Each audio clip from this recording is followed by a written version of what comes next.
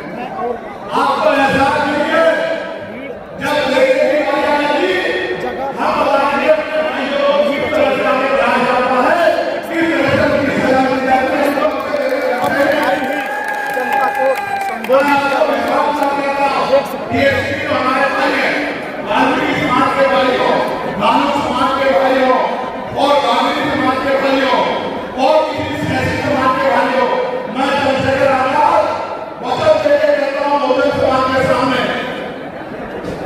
ये हमारे आपसी बातचीत है। आप दुश्मन के इशारों पे काम मत करो, हम लोग बैठ के अपनी लड़ाई को निपटाएंगे, हम लोग अपने आप बैठ के चर्चा करके आपके साथ बैठ के अगर कहीं हमें कुछ गलती है, आप चीजों को नहीं समझ पा रहे हैं तो हम लोग समझा नहीं पा रहे हैं। अगर आपको विचार लगता है तो बताओ, हमारे किसी व्यक्ति को तकलीफ लगे बताओ, हमारे किसी के भाइयों को विचार लगता है हाँ बताओ तकलीफ लगे हमें किसी को, ये इतना बड़ा जनसम हुआ है, अगर देश के भाइयों को निंदा नहीं है, लेकिन हम सरकार की मंशा को जानते हैं, हमारी सरकार को जानते हैं कि ये देना अपनी जाति ये सब सरकारें नहीं चाहती हैं।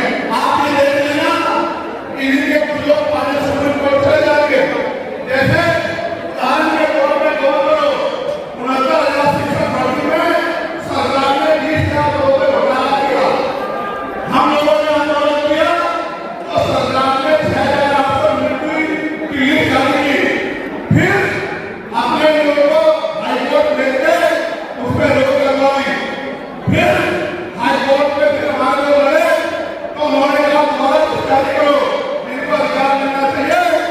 तो वोट लेने के लिए हमारे लोगों ने सामने कहा कि भाई महिला के लिए समर्थन करते हैं, लेकिन अपने लोगों को सुप्रीम कोर्ट ले दिया और सुप्रीम कोर्ट में इनके बैठे रहे फिर से उस पर रोक लगा दी, इससे हमें नियम के साथ होगा। मुझे डर ये भी है अगर ये अधिकार स्टेट गवर्नमेंट को दे देंगे तो ये कॉन्स्टिट्यूशन का तो बहुत बड़ा वायलेशन होगा ही, 340 का 340 का,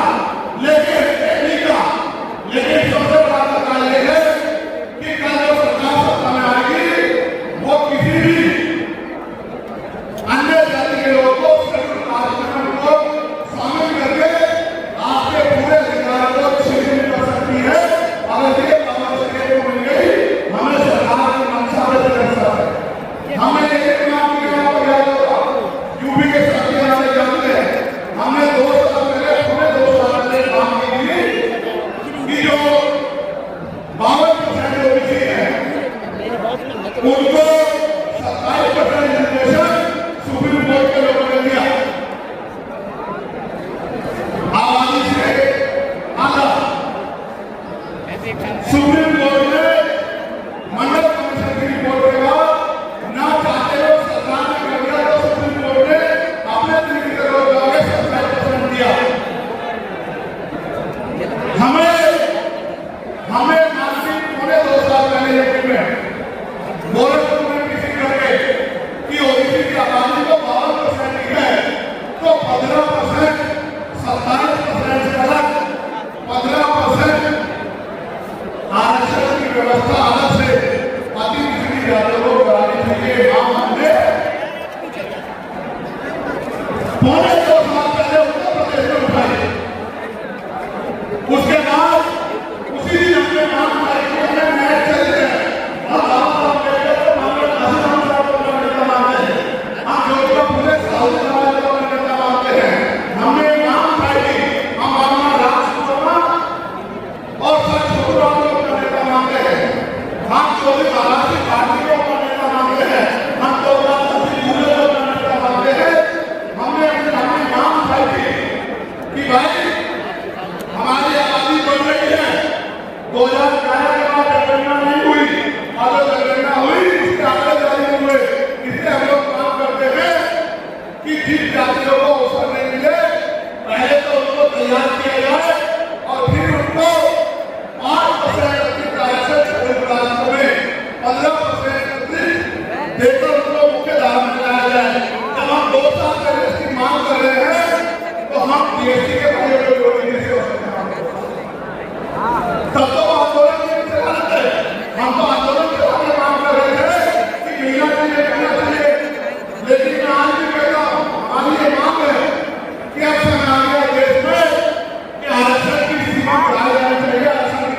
की जानी चाहिए और 100% रिजर्वेशन देश में लागू होना चाहिए। जिसकी जितनी संख्या वाली उसकी उतनी हिस्सेदारी का लाभ हमको मिलना चाहिए। आज फिर क्या जातीय जनगणना बनाओ और 100% आरक्षण करो। मैं तो स्टूडेंट गलती होगा सबसे बड़ा एजेंसी हूँ, उनको 10% आरक्षण क्यों दे रहे हो? मेरी ये मांग है, मैं तो अपने लोगों के आरक्षण के लिए मांग करता हूँ। उनकी आबादी को 15% नहीं है, मैं ये कहता हूँ कि उनका अलग से ग्रोथ बना के उनको 20% आरक्षण सरकार को देना चाहिए और 80% आरक्षण को SC लोगों को जबकि काशीराम साहब को 85% की बात करते थे, लेकिन मैं समझता हूँ कि उनमें भी लोग गरीब हैं, इसलिए मैं उनका हक को बढ़ा रहा हूँ। लेकिन पहले देश को ये तो बता दो जातीय जनगणना करा के कि भाई अभी तक उनका प्रतिनिधित्व कितना है, अभी तक उनकी सरकारी नौकरियों में हिस्सेदारी कितनी है और कितनी कमी उनकी है जो आपने 10% को दे दिया। आज हम लोग एक और मांग उठाते हैं कि शेड्यूल कास्ट का आरक्षण बढ़ाने उसकी संख्या के आधार पर 25% करना चाहिए। बताओ सहमत हो? जो सहमत बताओ सहमत हो? तो ये हमारी वो मांगे हैं जिनके लिए आज हम लोग इकट्ठा हुए हैं और हम इकट्ठा हुए हैं। आज तो मजबूरी या अपने देश से प्यार था कि हमने अपने आंदोलन को बदलाव कर लिया।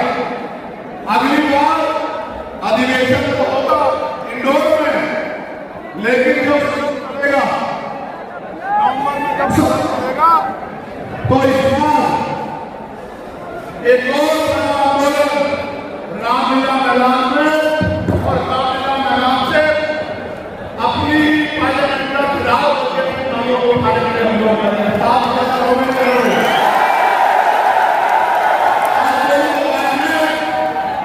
अगली बार आंदोलन होगा तो घर में रहोगे या एक एक आदमी 10-10 लोगों को लेकर आएगा? बताओ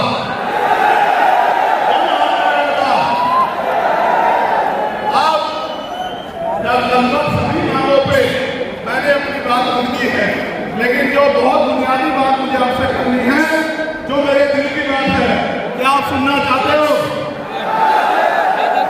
सुनना चाहते हो तो अपने आसपास वाले को भी शांत करो। बिल्कुल सर, इसमें इस पंडाल में ऐसा माहौल होना चाहिए कि अगर सुई भी गिरे तो उसकी आवाज आनी चाहिए, तभी मैं अपनी दिल की बात रखूंगा। ये तो मैंने आंदोलन की मांग आपसे रख दी, लेकिन अगर आप बिल्कुल शांत माहौल में बनाओगे तो फिर आपका ये कार्यकर्ता इतना कमजोर नहीं कि अपनी बात को बिना आपकी असहमति के रख रहे। तो पहले आप 1 मिनट में बिल्कुल शांत माहौल बनाओ, जिससे मेरी छोटी से छोटी बात आपकी समझ में आए। बिल्कुल यहाँ चले के बाद बिल्कुल शांत माहौल।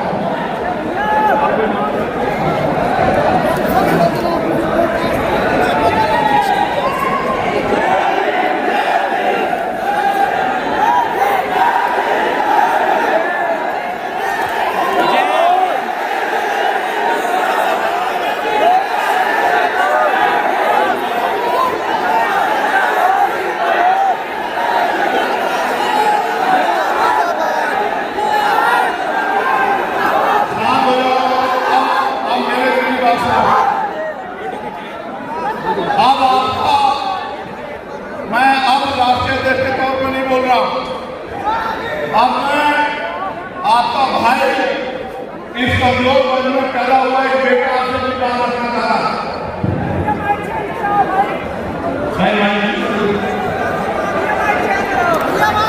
अब देखो बात समझाइए, आपकी फील्ड में जब मैं यहाँ तक वहाँ तक आऊँगा कोई दुश्मन भी होकर मेरी जान को नुकसान पहुँचा सकता है, इसलिए मैं आपसे अनुशासन की मांग कर रहा था। लेकिन मुझे लगता है कि आपको इस बात का कोई मतलब नहीं है, इसलिए आप जो है जो जुनून दिखा रहे हो लेकिन अनुशासन नहीं रख पा रहे। मैं आपसे फिर कहता हूँ कि थोड़े थोड़े पीछे हो जाओ। थोड़े थोड़े